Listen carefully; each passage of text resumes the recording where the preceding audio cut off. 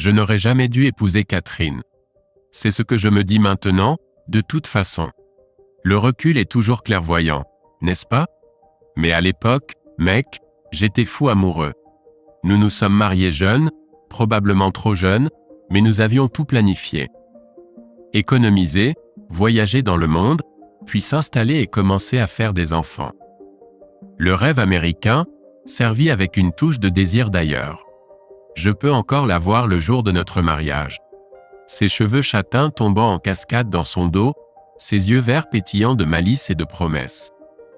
Elle se déplaçait avec une grâce naturelle qui attirait tous les regards où que nous allions. Vive d'esprit aussi, du moins c'est ce que je pensais à l'époque. Tu sais quoi, chérie? Ai-je dit un soir alors que nous étions affalés sur notre vieux canapé d'appartement, rêvant d'aventures futures. Je pense que t'épouser est peut-être la meilleure chose que j'ai jamais faite. Catherine a ri, un son comme des carillons dans une brise estivale. Peut-être? Tu ferais mieux d'en être sûr, monsieur.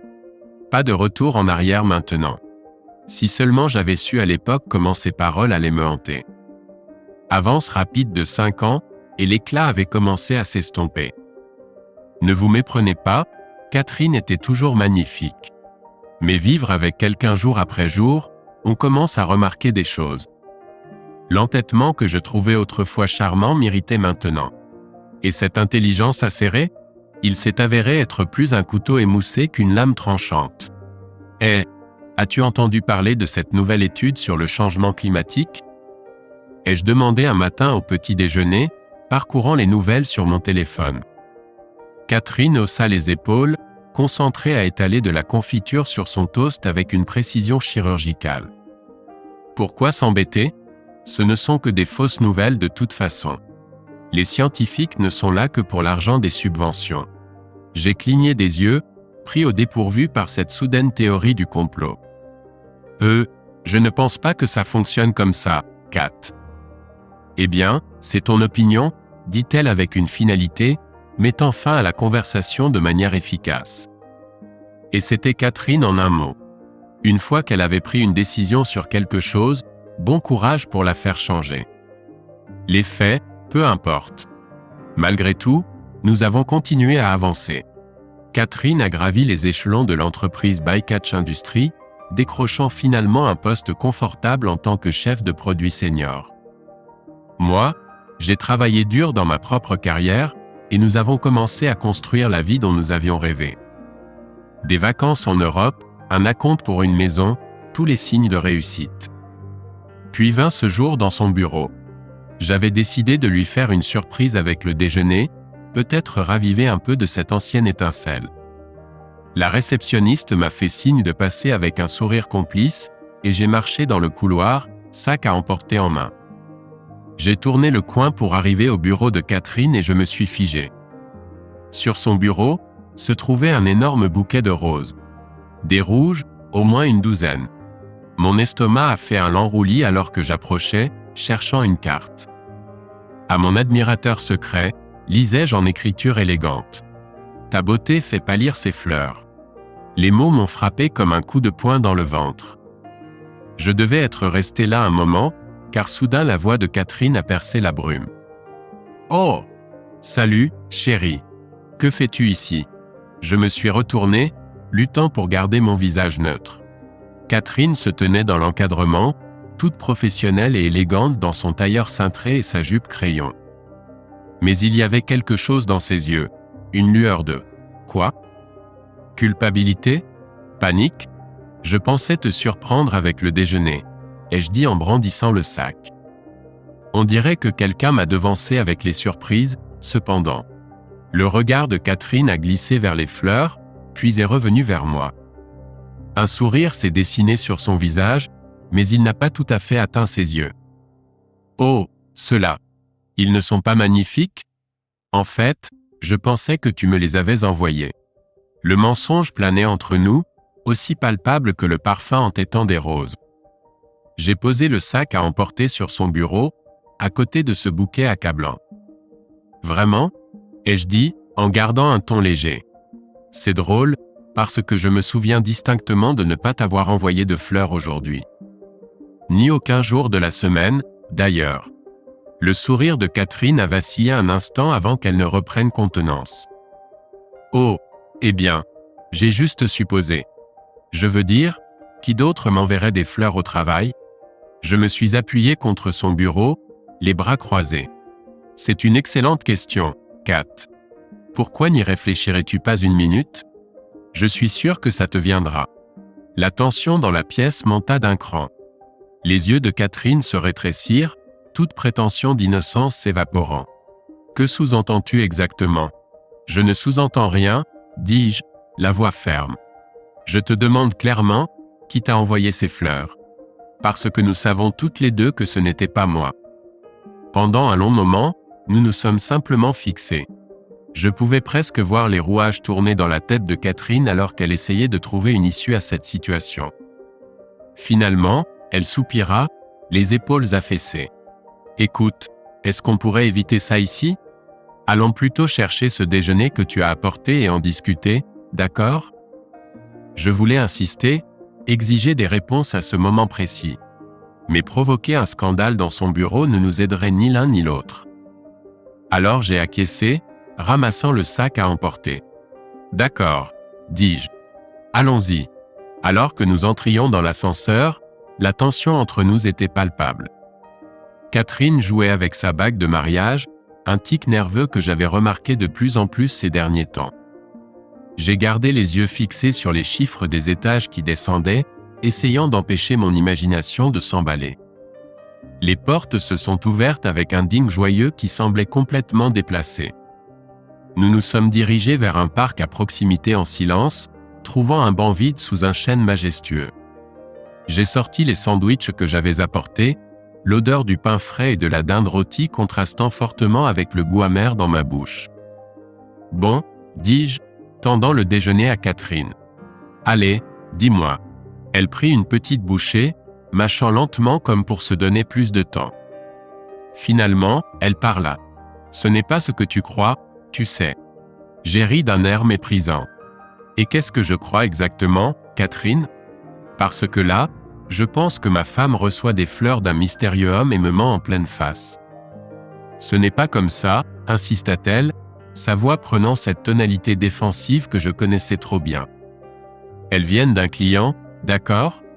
Paul Street. Claire. Il est enthousiaste à propos du projet sur lequel nous travaillons. Assez enthousiaste pour envoyer des roses à une femme mariée? Demandai-je, le scepticisme suintant de chaque mot. Les joues de Catherine rougirent. C'est juste du business, d'accord? Il essaie de me flatter pour obtenir un meilleur accord. Rien de plus. Je voulais la croire. Mon Dieu, comme je voulais la croire. Mais quelque chose dans ses yeux, dans sa façon de ne pas tout à fait soutenir mon regard, me disait qu'il y avait plus à l'histoire. Et tu n'as pas pensé à mentionner ce petit détail à ton mari? Insistai-je. Parce que je savais que tu réagirais comme ça. S'écria-t-elle. Tu deviens toujours si jaloux, si possessif. Je sais me débrouiller seul, tu sais. Je n'ai pas besoin que tu surveilles chacune de mes interactions au travail. L'accusation piqua, surtout parce qu'il y avait un fond de vérité. J'avais toujours été le plus protecteur dans notre relation. Mais cela semblait différent.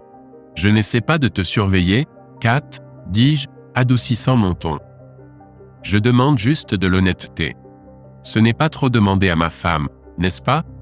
Les épaules de Catherine s'affaissèrent.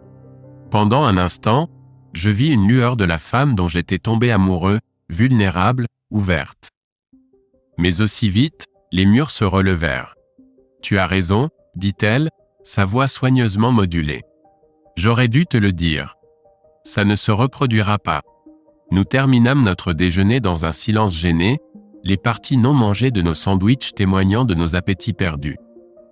En retournant à son bureau, Catherine attrapa ma main. Tout va bien entre nous, n'est-ce pas? Demanda-t-elle, une note d'incertitude dans sa voix. Je lui serrai la main, repoussant les doutes lancinants. Oui, tout va bien. Mais en la regardant disparaître dans le bâtiment, je ne pouvais pas chasser le sentiment qu'il y avait eu un changement fondamental entre nous. La confiance qui avait été notre fondation depuis des années semblait maintenant fragile, instable. Je ne savais pas encore que c'était juste la première fissure dans une façade qui était sur le point de s'effondrer autour de nous. 3 semaines plus tard, je me suis retrouvé attiré sur le col d'une chemise trop serrée, naviguant à travers la mer de guirlandes et de fausses gaietés qui était la fête de Noël de Bycatch Industries. Catherine avait insisté pour que je vienne, affirmant que ce serait bien pour moi de faire une apparition avec ses collègues. Je sirotais un gin tonic dilué, scrutant la foule à la recherche de ma femme. C'est là que je l'ai vu, Paul Sinclair. Même de l'autre côté de la pièce, je pouvais dire qu'il était ennuyé. Grand, mâchoire ciselée, le genre de charme naturel qui attirait les gens vers lui. Et là, il se dirigeait droit vers Catherine. J'ai observé alors qu'il s'approchait d'elle, remarquant la façon dont sa main s'attardait un peu trop longtemps sur son bas du dos alors qu'il se penchait pour parler. Catherine a ri à gorge déployée à quelque chose qu'il a dit, et j'ai senti ma mâchoire se contracter involontairement. « Tu ferais peut-être mieux de ralentir sur ce vers-là, tigre », une voix a dit à côté de moi. Je me suis retourné pour voir Nathalie, une des amies de travail de Catherine, me regardant avec un mélange d'amusement et d'inquiétude. « Désolé », marmonnai-je, relâchant mon emprise mortelle sur le verre. Je profite juste de l'atmosphère festive.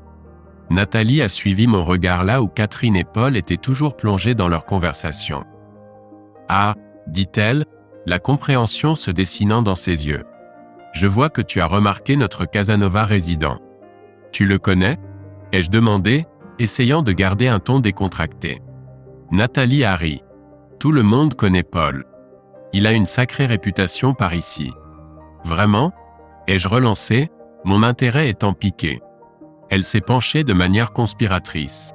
« Disons simplement qu'il n'est pas vraiment sélectif quand il s'agit de son « attention ». Marié, célibataire, c'est pareil pour lui. Il a déjà mis les RH dans l'embarras à quelques reprises avec des plaintes de harcèlement. Mon estomac se tordait, une ébullition égale de colère et de peur en moi. « Et Catherine ?» a-t-elle. Les yeux de Nathalie se sont écarquillés. « Oh, non. Enfin, pas à ma connaissance. Catherine a toujours été professionnelle. Mais Paul, il peut être assez insistant quand il a une cible en vue. » J'en avais assez entendu. Murmurant un rapide merci à Nathalie, je me frayais un chemin à travers la pièce, me faufilant entre les groupes de collègues un peu éméchés. En m'approchant, j'entendis un bout de leur conversation. « Tu adorerais vraiment ça ?» disait Paul, sa main reposant maintenant sur le bras de Catherine. L'énergie dans l'arène est électrique. Catherine sourit, une rougeur montant le long de son cou. Ça a l'air excitant en effet. J'ai toujours voulu assister à un match en direct. Je me raclais bruyamment la gorge, les faisant sursauter tous les deux. « Salut », dis-je, passant un bras autour de la taille de Catherine. « Vous vous amusez ?» Les yeux de Catherine s'élargirent légèrement, mais elle se reprit rapidement. « Oh, chérie, te voilà enfin !» Je disais à Paul à quel point je voulais que tu le rencontres. Le sourire de Paul ne faiblit pas alors qu'il tendait la main. « Paul Sinclair. Enchanté de te rencontrer enfin. Catherine m'a tellement parlé de toi. » Je lui serrai la main, peut-être un peu plus fermement que nécessaire.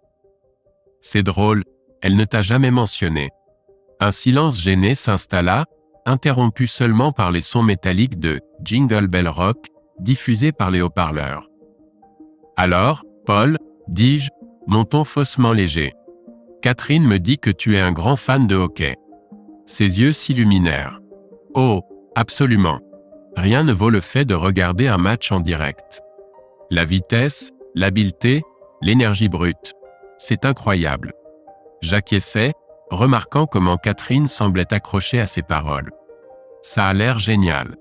On devrait tous y aller un jour. Toi, moi, Catherine et ta femme. Double rendez-vous. » Le sourire de Paul vacilla un instant. « Eh bien, Sandra n'est pas vraiment fan de sport. Et Catherine m'a dit que tu n'étais pas non plus un grand amateur. » Je me figeais, me tournant vers ma femme. « Vraiment ? C'est drôle, parce que je ne me souviens pas avoir jamais discuté de mes préférences sportives avec toi, Kat. » Le visage de Catherine était devenu pâle, ses yeux allant de Paul à moi. J'ai du mal comprendre. Je croyais que tu avais dit une fois que tu n'aimais pas le hockey. Non, dis-je. Je suis assez sûr de n'avoir jamais dit ça. L'atmosphère était tellement tendue qu'on aurait pu la couper au couteau. Paul, sentant le changement, fit un pas en arrière. Je devrais probablement aller faire la conversation. C'était sympa de te rencontrer. Alors qu'il se retirait, je me tournai vers Catherine. Qu'est-ce qui se passe ici, bon sang? Elle eut la grâce d'avoir l'air honteuse, au moins. Ce n'est pas ce que tu crois. Paul traverse juste une mauvaise passe avec sa femme. On discute, c'est tout. Discuter? Sifflai-je. À propos de ma prétendue haine du sport? À propos de combien tu aimerais assister à un match avec lui? Tu dramatises complètement, répliqua Catherine, sa gêne laissant place à la colère. J'ai le droit d'avoir des amis masculins, tu sais. Les amis ne s'envoient pas des fleurs en tant qu'admirateurs secrets, répliquai-je. Les yeux de Catherine lancèrent des éclairs. Mon Dieu, tu es tellement contrôlant parfois. Je ne peux même pas avoir une conversation sans que tu deviennes jaloux et possessif. Je ne suis pas possessif, dis-je, luttant pour ne pas élever la voix. Je te demande juste de ne pas agir comme si tu étais célibataire alors que tu as un mari à la maison. Ou quoi? Me provoqua-t-elle. Je soutins son regard, ferme et sérieux. Où je pars? C'est aussi simple que ça, Catherine. Je ne serai pas pris pour un idiot. Pendant un instant, je vis une lueur dans ses yeux, de la peur. Des regrets? Mais elle disparut aussitôt, remplacée par une froide colère. Tu sais quoi? Dit-elle en retirant son bras de mon emprise. J'ai besoin d'air. Je la regardais partir furieuse, me laissant seule au milieu d'une ambiance festive qui semblait soudain creuse et fausse. Plus tard, Catherine fit un spectacle en jetant les fleurs de Paul, les lançant dramatiquement dans la poubelle de la cuisine. Voilà, dit-elle en se dépoussiérant les mains. Content? Je haussai simplement les épaules, ne me fiant pas à moi-même pour parler. Cette nuit-là, elle fut étonnamment affectueuse, se jetant presque sur moi au lit. Je savais que la culpabilité motivait ses actions, mais je cédais quand même, désespéré de ressentir une connexion, une preuve que nous n'avions pas complètement perdu notre chemin. Mais alors que nous étions allongés après, la tête de Catherine sur ma poitrine, je me sentais plus seul que jamais. Le soupçon me rongeait, grandissant chaque jour qui passait. Je me suis retrouvé à vérifier le téléphone de Catherine quand elle était sous la douche, à faire défiler ses emails. Il n'y avait rien de compromettant, mais la culpabilité que je ressentais en envahissant sa vie privée ne faisait qu'alimenter ma paranoïa. Finalement, j'ai craqué. Je me suis tourné vers ma collègue, Grace, une experte en technologie. J'ai besoin d'un service, lui ai-je dit autour d'un café un matin. C'est personnel. Grace a levé un sourcil. Personnel comme j'ai besoin d'aide pour organiser une fête surprise, ou personnel comme je m'apprête à faire quelque chose d'illégal. J'ai grimacé. Quelque part entre les deux, peut-être? Elle a soupiré, mais je pouvais voir la curiosité dans ses yeux. D'accord, crache le morceau. J'ai expliqué la situation, observant l'expression de Grace passer de l'intérêt à l'inquiétude, puis à quelque chose qui ressemblait à de la pitié. Des traceurs GPS, a-t-elle finalement dit. Assez petits pour se cacher dans une voiture, assez puissants pour vous donner les positions en temps réel. Je peux les configurer pour les envoyer directement sur votre téléphone. Mon estomac se tordait à cette idée, mais j'ai acquiescé. Dans combien de temps peux-tu les obtenir? 2 jours plus tard, je me suis retrouvé accroupi à côté de la voiture de Catherine dans l'obscurité de l'aube, ma respiration formant des nuages alors que je fixais le petit appareil sous son pare-choc arrière. J'ai fait de même avec la voiture de Paul ce soir-là, synchronisant parfaitement avec son match de squash hebdomadaire à la salle de sport. Pendant une semaine, rien ne s'est passé. Les points sur mon téléphone montraient les voitures de Catherine et de Paul exactement là où elles devaient être, au travail, à la maison, en train de faire des courses banales. J'ai commencé à me sentir ridicule, honteux de ma paranoïa. Puis, un mardi après-midi, les 2 points se sont soudainement rejoints à un endroit que je ne reconnaissais pas. Mon cœur battait la chamade, j'ai zoomé sur la carte. Le restaurant de barbecue Smoking Pig. J'ai fixé l'écran, priant pour que les points se séparent, pour me prouver que j'avais tort. Mais ils sont restés obstinément ensemble pendant plus d'1 heure avant de finalement se séparer. Ce soir-là, Catherine est entrée d'un pas léger dans la maison, ses joues rougies par l'air frais d'automne. « Salut, chérie », a-t-elle appelé en enlevant son manteau. Désolé du retard. J'étais pris dans une réunion. J'ai levé les yeux de mon ordinateur portable.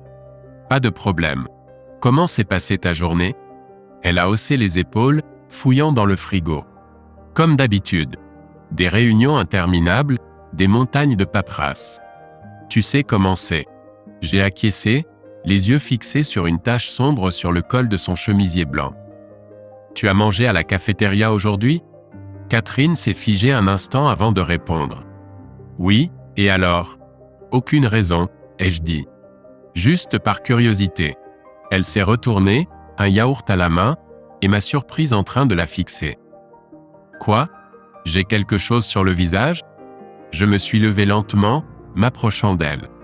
Pas sur ton visage, ai-je dit, tendant la main pour toucher la tache sur son col. On dirait de la sauce barbecue. La couleur a quitté le visage de Catherine. Elle a baissé les yeux, comme si elle remarquait la tache pour la première fois. Oh, c'est... J'ai dû éclabousser quelque chose au déjeuner. Maladroite que je suis. Drôle, ai-je dit. Je ne savais pas que la cafétéria servait du barbecue. Les yeux de Catherine ont balayé la pièce, regardant partout sauf moi. Ils essayaient un nouveau plat au menu. Écoute, pourquoi ce 3e degré? J'ai pris une grande inspiration, me préparant mentalement. Je sais que tu as déjeuné avec Paul aujourd'hui, Catherine. Au Smoking Pig. Son visage est passé du pâle au rouge en un instant. Tu m'espionnes maintenant? A-t-elle sifflé, la colère prenant le dessus sur le choc. Quoi? Tu as mis un traceur sur ma voiture ou quoi? Le fait qu'elle soit passée directement à la vérité n'a fait que confirmer mes pires craintes. Alors tu ne vas même pas le nier? Nous sommes collègues, bon sang. A explosé Catherine. On a le droit de déjeuner ensemble. Tu agis comme un fou. Vraiment? Ai-je répliqué. Parce que de là où je suis, ma femme se faufile avec un autre homme et me ment en pleine figure à ce sujet. Dis-moi, Catherine, quelle partie de tout ça devrais-je accepter? Elle s'est dégonflée légèrement, passant une main dans ses cheveux. Ce n'est pas comme ça. Nous sommes juste amis. Les amis ne mentent pas à leurs conjoints sur le temps passé ensemble, ai-je dit. Les amis n'envoient pas de fleurs anonymes. Et les amis ne font certainement pas sentir à leur amie qu'elle doit cacher leur relation. Les yeux de Catherine étincelèrent.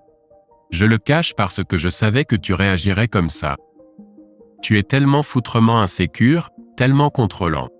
Je ne peux même pas avoir un ami masculin sans que tu perdes la tête. Ce n'est pas une question de contrôle, dis-je. C'est une question de confiance.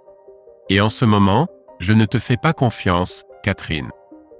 Tu ne m'as donné aucune raison de le faire. Elle me fixa pendant un long moment, sa poitrine haletante d'émotion. Quand elle parla à nouveau, sa voix était glaciale. Si c'est ce que tu ressens, peut-être devrions-nous reconsidérer toute cette histoire de mariage. Les mots me frappèrent comme un coup physique, mais je refusais de reculer. Peut-être que oui, parce que je ne vais pas rester là à regarder ma femme tomber amoureuse d'un autre homme. Tu es ridicule, cracha Catherine. Il ne se passe rien entre Paul et moi. Alors prouve-le, lançai-je. Coupe les ponts avec lui. Trouve un nouveau compagnon de déjeuner. Le rire de Catherine était amer et creux. Bien sûr, parce que c'est totalement normal de demander ça à sa femme. Surmonte tes problèmes de jalousie, sinon ce mariage ne durera pas beaucoup plus longtemps. Sur ces mots, elle quitta la cuisine, me laissant seul avec l'odeur persistante de la sauce barbecue et de la trahison. Alors que je restais là, fixant l'endroit où Catherine avait été, je réalisais que nous avions atteint un tournant. Ce qui allait se passer ensuite définirait l'avenir de notre mariage, s'il nous restait un avenir. Catherine m'accusait d'être contrôlant et paranoïaque, tandis que je répliquais que son comportement secret détruisait notre confiance. Nous étions pris dans un cercle vicieux, chacun de nous se retirant de plus en plus dans son coin à chaque échange. Malgré ses protestations, je remarquais que Catherine n'était plus sur ses gardes avec son téléphone, prenant souvent des appels dans une autre pièce ou tournant son écran loin de moi lorsqu'elle envoyait des messages. Les traceurs GPS montraient des rencontres plus fortuites entre elle et Paul, des cafés, des parcs, une fois même dans un bar d'un hôtel de luxe.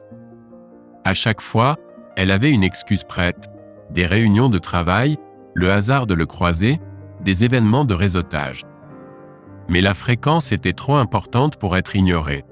J'étais anéanti, oscillant entre une colère brûlante et un désespoir écrasant. Comment en étions-nous arrivés là? La femme autour de laquelle j'avais construit ma vie, celle en qui j'avais une confiance absolue, semblait maintenant être une étrangère. Une nuit blanche, alors que je restais allongé à fixer le plafond tandis que la respiration régulière de Catherine emplissait la pièce, j'ai pris une décision. Si elle allait trahir nos vœux, j'avais besoin d'une preuve irréfutable, non seulement pour un éventuel divorce, mais pour ma propre santé mentale. Le lendemain, je me suis rendu dans un magasin d'électronique où j'ai acheté une petite radio-réveil avec une caméra cachée à l'intérieur. C'était surréaliste, comme si je jouais un rôle dans un film d'espionnage de pacotille plutôt que de démanteler mon propre mariage. Avec l'aide de Grace, j'ai suivi les déplacements de Paul et Catherine, attendant une opportunité. Elle est arrivée plus tôt que je ne l'espérais. Un vendredi après-midi, les 2 points GPS se sont rejoints au Holiday Inn juste à côté de l'autoroute. Mes mains tremblaient alors que je conduisais jusqu'à l'hôtel, la radio-réveil trônant de manière accusatrice sur le siège passager. À la réception, j'ai inventé une histoire surprenant ma femme pour notre anniversaire, glissant un billet de $100 au réceptionniste pour me dire sous quel nom était réservée la chambre. Chambre 237. Les chiffres semblaient se moquer de moi alors que je me tenais dehors, rassemblant mon courage. Utilisant la carte clé fournie par le réceptionniste, je me suis glissé à l'intérieur. La chambre était vide, mais des signes d'occupation récente étaient partout, le parfum préféré de Catherine flottant dans l'air, une bouteille de vin ouverte sur la table de nuit.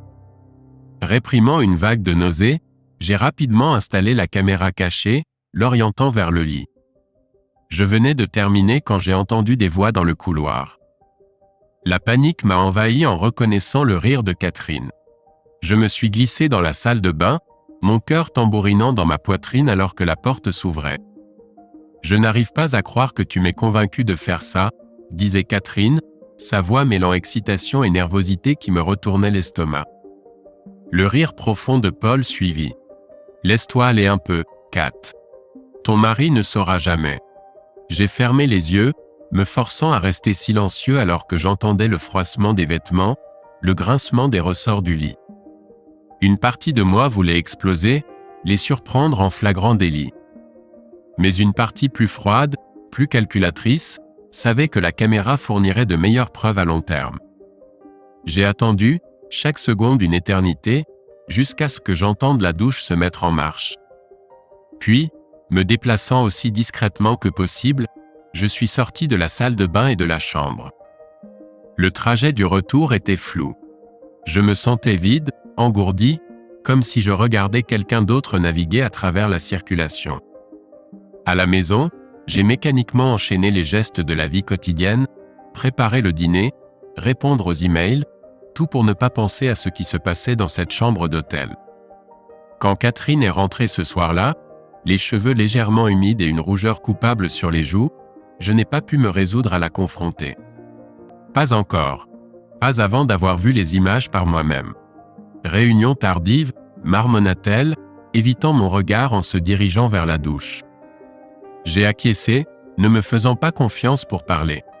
Cette nuit-là, après que Catherine se soit endormie, j'ai récupéré la caméra. Je l'ai connectée à mon ordinateur portable et j'ai lancé la lecture. Les images qui remplissaient mon écran ont confirmé mes pires craintes.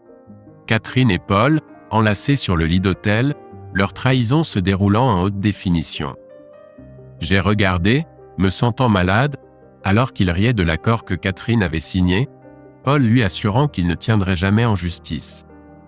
J'ai refermé l'ordinateur portable, ma décision était prise. Il n'y aurait pas de confrontation larmoyante, pas de chance pour des excuses ou une réconciliation. Catherine avait fait son choix. Maintenant, c'était à mon tour de faire le mien. Le lendemain matin, j'ai suggéré de manière décontractée que nous mettions à jour nos testaments, présentant à Catherine un document juridique rudimentaire que j'avais rédigé. Il stipulait que si l'un de nous deux trompait et que cela pouvait être prouvé devant un juge, le trompeur quitterait le mariage avec seulement 5 000 $ tandis que l'autre obtiendrait tout le reste. Catherine a ri, pensant clairement que c'était une blague. « Où as-tu trouvé ça ? Sur le blog d'un avocat spécialisé en divorce ? Cela semble ridicule. Juste quelque chose que j'ai trouvé en ligne. Je me suis dit que cela pourrait nous apporter à tous les deux un peu de tranquillité d'esprit. Tu sais, avec toutes les tentations qui existent. » Elle a roulé des yeux mais l'a signé, pensant probablement que cela ne tiendrait jamais. J'ai demandé à mon ami Terry de le signer en tant que témoin, le rendant ainsi légalement contraignant. Maintenant, il ne me restait plus qu'à attendre. Je savais que Catherine ne pourrait pas résister à revoir Paul. Et quand elle le ferait, j'allais être prêt. Les semaines suivantes, j'ai joué le rôle du mari ignorant, tout en suivant secrètement tous les faits et gestes de Catherine. Elle est devenue plus audacieuse, moins prudente pour cacher ses rendez-vous avec Paul. J'ai soudoyé le réceptionniste de l'hôtel pour toujours donner à Paul la même chambre, la 237, celle avec ma caméra cachée. Ce n'a pas tardé avant que je commence à recevoir des appels des collègues de Catherine, Nathalie et Julie. Elles ont eu pitié de moi, me laissant discrètement savoir quand Paul était de retour en ville pour rencontrer Catherine. À chaque fois, je récupérais les images de la caméra, constituant un dossier inattaquable contre ma femme infidèle. C'était un travail déchirant, regarder la femme que j'avais aimée me trahir encore et encore. Mais je me suis endurci, me concentrant sur l'objectif final. Enfin, après environ un mois de ce jeu de rôle, j'ai décidé qu'il était temps d'en finir. J'ai reçu l'appel habituel de Nathalie, me prévenant de l'arrivée de Paul. Cette fois, au lieu de placer la caméra, j'ai attendu sur le parking de l'hôtel. Les heures ont passé lentement alors que j'étais assis là, mon esprit imaginant toutes les façons dont cette confrontation pourrait se dérouler. Quand j'ai enfin vu Catherine sortir de l'hôtel, un sourire satisfait sur son visage, j'ai ressenti une étrange tranquillité m'envahir. Je suis sorti de ma voiture juste au moment où elle appelait Paul, même heure la semaine prochaine, chérie ? Je ne pense pas, ai-je dit. Catherine s'est retournée, son visage se vidant de couleur en me voyant. « Oh mon Dieu !» murmura-t-elle, les yeux grands ouverts de choc et de peur. « Oh mon Dieu !» en effet, ai-je répondu, un rire amer m'échappant. « Je fais la même chose que toi, Catherine. » Assister à la fin de notre mariage. Elle bafouilla, essayant de trouver une excuse, mais je l'interrompis. « Ne te donne pas la peine de rentrer chez toi. Tu n'en as plus. J'ai changé les serrures. Je déposerai tes affaires chez ta mère. » Le choc de Catherine laissa place à la colère. « Tu ne peux pas faire ça. C'est aussi ma maison. » Je sortis une copie de l'accord qu'elle avait signé, observant sa reconnaissance dans ses yeux. « En fait, si. Tu as enfreint notre accord, tu te souviens ? Je récupère la maison, les investissements, tout. » Son visage se déforma de rage. « Cette chose ridicule ? Ça ne tiendra jamais devant un tribunal. Tu veux parier ? Demandai-je, ma voix froide. Parce que j'ai des heures de preuves vidéo qui disent le contraire. Elle se jeta sur moi, griffant le papier, mais je le tenais hors de portée. « Espèce de salaud !» hurla-t-elle, attirant les regards curieux des passants. « Tu m'as piégé. Non, Catherine. Tu as tout fait toute seule. J'ai juste veillé à ce qu'il y ait des conséquences. » En me retournant pour partir, j'ai appelé vers la porte de chambre d'hôtel encore ouverte, où je savais que Paul écoutait. Et râlait. J'espère que le style particulier de conseil conjugal de Catherine a fonctionné pour toi et Grace. N'oublie pas de les emmener au match des Flyers. Elle va adorer. Tout le monde y va pour les bagarres. J'ai entendu une malédiction étouffée et des bruits de bousculade venant de l'intérieur de la chambre. Il semble que Paul avait aussi ses propres secrets à cacher. Ignorant les cris et les menaces continues de Catherine, je suis monté dans ma voiture et je suis parti. C'était fini. Dans les semaines qui ont suivi, Catherine a tout essayé pour contester l'accord. Mais entre le contrat en béton et les preuves vidéo, son avocat lui a conseillé de limiter les dégâts. Elle est partie avec ses 5 000 $, sa réputation en lambeaux. Paul et sa femme se sont également séparés, une fois que Grace a découvert son infidélité. La dernière fois que j'ai entendu parler d'eux, lui et Catherine s'étaient installés ensemble, mais ça n'a pas duré. Il s'avère que les relations basées sur des mensonges durent rarement. Quant à moi, je ne mentirai pas en disant que je suis sorti indemne de tout ça. La trahison a laissé des cicatrices profondes, et il a fallu longtemps avant que je puisse à nouveau faire confiance à quelqu'un. Mais alors que je suis assis ici maintenant, dans la maison que Catherine et moi partagions autrefois, je ressens quelque chose que je n'avais pas ressenti depuis longtemps, la paix. Je ne suis plus en colère. Je ne suis même pas triste. Je suis juste, libre. Libre des mensonges, des suspicions, des doutes constants. J'ai perdu mon mariage, mais au final, j'ai obtenu quelque chose de bien plus précieux, la vérité.